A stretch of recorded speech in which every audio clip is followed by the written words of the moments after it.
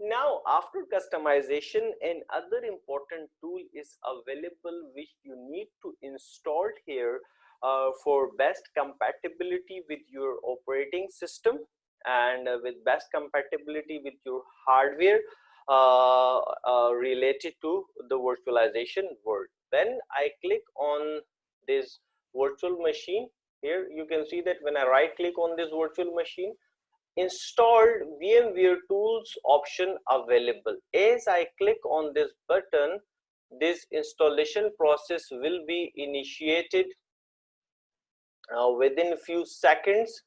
And here now you can see that VmWare tools integrated with my DVD-ROM, and as I click, I can open it. Here you can see that previously server 2016 ISO mounted over here, but right now VmWare tools mounted here. These tools are providing the backward compatibility, or you can say best compatibility for your input devices like your mouse or your keyboard and other devices which you require to connect with your physical infrastructure. So you must have to be installed these tools on your virtualization infrastructure. So I just click on it, and within few seconds, with few clicks, this VmWare tools will be installed over here.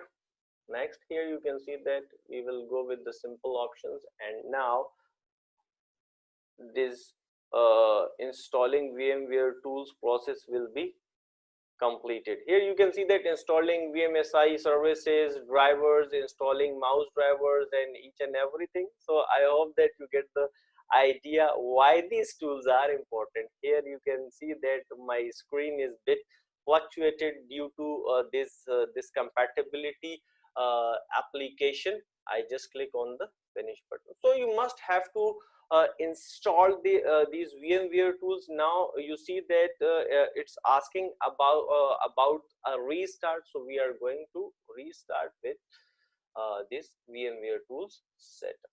So it's these tools are really important for the better smooth operational view of your virtualization infrastructure.